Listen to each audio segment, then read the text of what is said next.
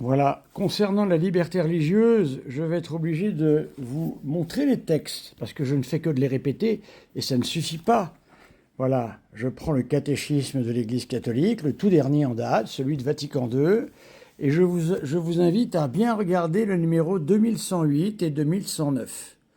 Le droit à la liberté religieuse n'est ni la permission morale d'adhérer à l'erreur, ni un droit supposé à l'erreur, mais un droit naturel de la personne humaine à la liberté civile, c'est-à-dire à l'immunité de contraintes extérieures dans de justes limites en matière religieuse de la part du pouvoir politique.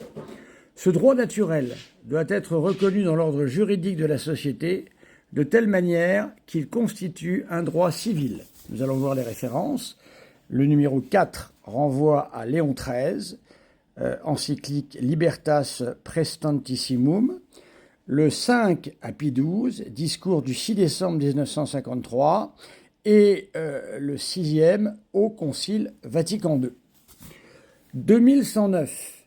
Le droit à la liberté religieuse ne peut être de soi ni illimité, ni limité seulement par un ordre public conçu de manière positiviste ou naturaliste. Les justes limites qui lui sont inhérentes doivent être déterminées pour chaque situation sociale par la prudence politique, selon les exigences du bien commun et ratifiées par l'autorité civile selon des règles juridiques conformes à l'ordre moral objectif. Voilà. Ici, ce sont des références à Pie VI, bref, Quod aliquantum, 8, Pie IX, encyclique Canta Cura, 9, le Concile, et 10, Matthieu 23, 16, 22. Vous voyez, mes amis, à quel point on vous ment. Jamais il n'y a eu de droit à l'erreur, jamais. Comment voulez-vous que l'Église puisse dire ça? C'est pas possible. La plénitude de la vérité est dans l'Église catholique. Il n'y en a pas ailleurs. Voilà. Par contre, comme je le disais dans la précédente vidéo, notre Seigneur, parce qu'il a la volonté salvifique universelle, je renvoie ici à Alexandre VIII, contre les jansénistes, qui montre bien que tous les hommes reçoivent dans leur vie la grâce suffisante et c'est à eux de la rendre efficace et peut-être de pouvoir adhérer pleinement à la doctrine et au magistère de notre Seigneur Jésus-Christ connu dans l'Église catholique. Vous voyez que ces deux numéros que je viens de lire, en fait, nous concernent nous. Je vois des abbés en train de dire oui, c'est pas normal, c'est de donner le droit aux musulmans. Et alors, qu'allez-vous faire? Vous allez contraindre les musulmans de force à entrer dans l'Église catholique? Jamais l'Église catholique n'a agi comme ça. Jamais, à aucune époque. Je vous renvoie à Urbain II, au XIe siècle. Urbain II et ses textes déjà de protection des Juifs. Regardez, lisez, regardez l'histoire de l'Église. Jamais l'Église ne s'est comportée comme ça. Évidemment, ce qui est dit ici, c'est que ne cherchez pas la vérité dans ces religions, mais par contre, attention, après tout ce que nous, catholiques, avons subi, nous avons subi la Révolution française, nous avons subi la terreur, nous avons été massacrés, on nous a pillé nos biens plusieurs fois, on nous a tout volé, on a chassé nos religieux. Écoutez, c'est pas compliqué. La terreur, 1792, les pontons de Rochefort, des prêtres déportés parce qu'ils n'ont pas voulu prêter serment à la République. Ils ont été mis à fond de cale et ont été là, on les a laissés pourrir pendant plusieurs jours, plusieurs semaines. Je ne vous raconte pas l'abomination de cette histoire. Les pontons de Rochefort, allez à La Rochelle et vous verrez ce que ça veut dire. Nous avons eu également les colonnes infernales, où on a massacré les Vendéens. Et pour quelle raison les Vendéens se sont levés? Parce qu'on ne leur laissait pas leurs prêtres, les prêtres qui n'avaient pas fait serment à la Constitution, et surtout on leur refusait le droit au culte, c'est-à-dire à avoir la messe, à avoir les sacrements. Et c'est pour ça qu'ils se sont soulevés. Regardez les Christéros en 1928, de la même façon. Le président Calès, un communiste, leur a enlevé et a fermé les églises, le droit au culte, voyez-vous. Et c'est comme ça qu'ils ils se sont soulevés, voilà, et le rôle de Pie XI là-dedans était très loin d'être clair.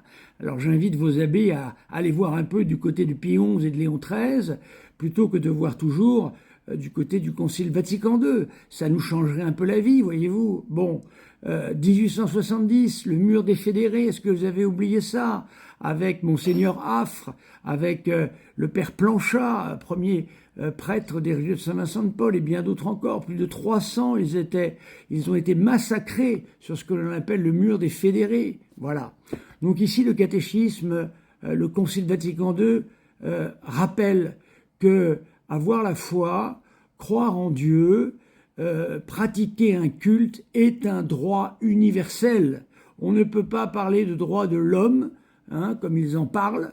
Je vous rappelle que la première déclaration des droits de l'homme a été éditée sur de la peau de Vendéen. Voilà, je vous renvoie à une vidéo que j'ai faite. Si vous ne me croyez pas, faites vos recherches vous-même et vous verrez que je ne mens pas. Voilà. Donc tout ça veut bien dire quelque chose, voyez-vous. Alors, si on parle de droits de l'homme, bah d'accord, mais alors il faut penser à nous aussi, dit le Concile Vatican II. Ça veut dire qu'il faut arrêter de persécuter les croyants pour leur croyance et leur foi. Voilà. Nous avons connu également l'Albanie, où nous avons été persécutés. Toute l'Église a été persécutée, la foi a été interdite. Et je ne vous parle même pas du communisme et de ses 170 millions de morts.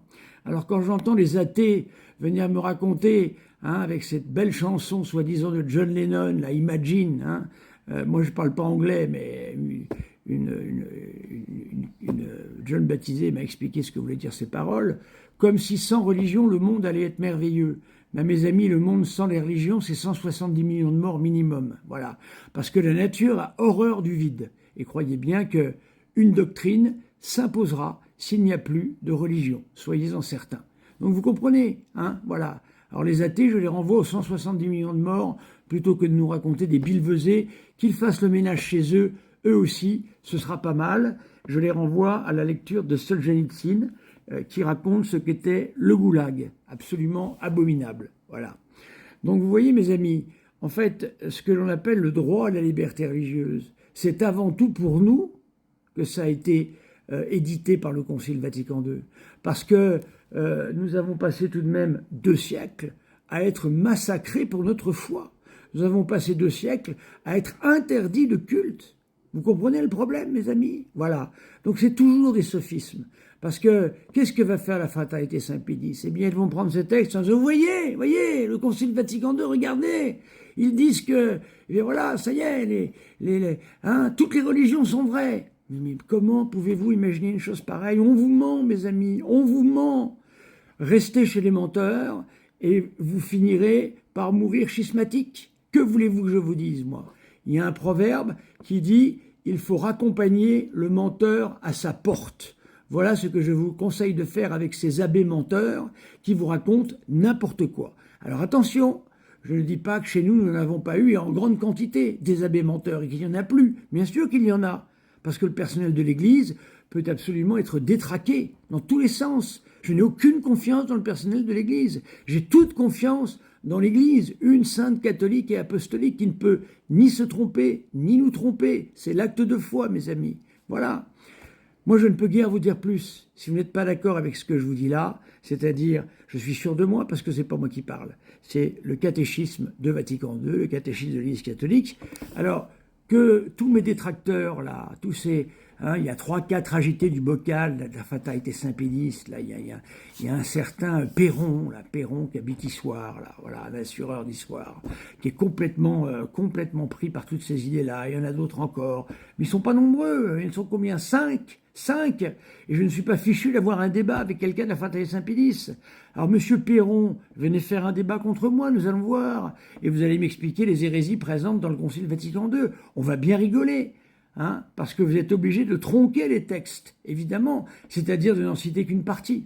Voilà, c'est comme ça. Merci mes amis, n'hésitez pas à me poser des questions, je répondrai par vidéo, et je rappelle, les commentaires. On n'a pas le temps de faire des romans fleuves, absolument pas. Donc, une objection, messieurs les fraternités Saint-Pédis, c'est 5 lignes maximum. Au-delà, on n'a plus le temps de lire. Merci.